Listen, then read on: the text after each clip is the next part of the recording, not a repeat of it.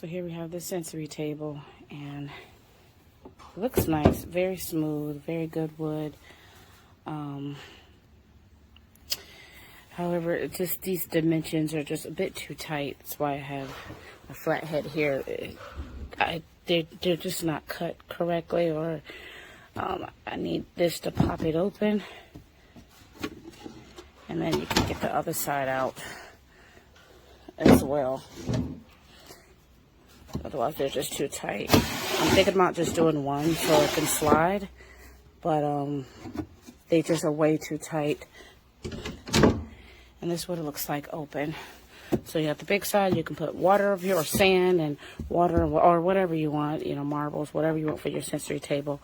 But again, we have the same issue here.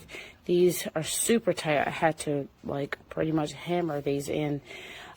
I figure that's fine for right now, but these will not easily come out. There it goes. If I flip it upside down, I can kind of push them out. These two were harder to put in.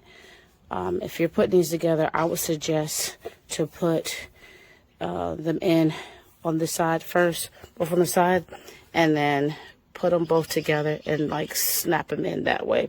Otherwise, you're not going to get these ends inside this. They won't budge because it's good wood, but they're stuck in there. So that's the only thing. I just don't think the measurements were precise on this. It is good wood. I do like it. Again, everything seems to be thick and smooth. As you can see, I really like how it's made. You see that? It's just that this needs to be carved out maybe just a little bit thinner if we're going to use these exact same bends, because they do not fit well. And again, the same for these tops. They just don't fit in well. The first one goes in, and again, if I do it this way, as you can see, you have to push it in. And the reason why I just put the circle in the middle is because once I make it flush, they're going to be easier to kind of pop out. So that is the only thing with this. It is well built, but I would like some better dimensions on these so they can fit. It just doesn't fit it. So the kids will not be able to do this on their own. For a while, I was using plastic tubs for my daughter's like sensory play, which isn't bad, but I really wanted to get her a sensory table. So right now we have a little spring theme going on here.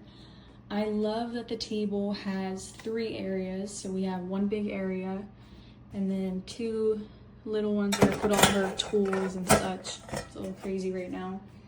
I even bought these little wooden sensory things to go in here so she can scoop it up. But my favorite part about this table is that it comes with a cover, so it has a white side. You can turn it into a table, which we still have to get chairs, and then the other side is a chalkboard. So you lay it over top and boom, it's covered up and she can write on it with chalk.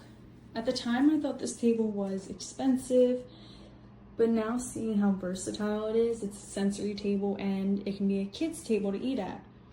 I think it's very well worth the money. It's good quality. And the color goes with our furniture and the rest of our house. I highly recommend buying if you're thinking about it. Of course, it's not a good idea to keep this wet because this is wood or plywood. I didn't try writing on it, but these chairs, I believe they're also from IKEA and they're pretty good fit. Now look, they still have room for their legs here.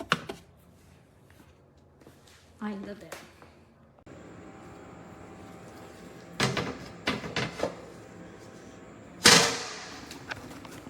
It doesn't fit. No matter how hard I try to push it in, it doesn't fit.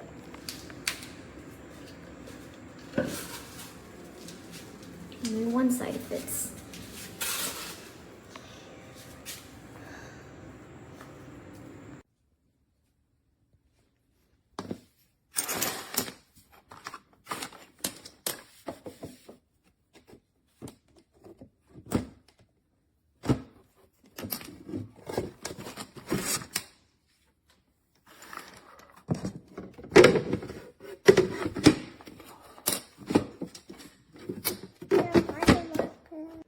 mesa extremadamente mala. Primero, tiene esto que está acá. Y segundo, esto no cala. Miren, no cierra.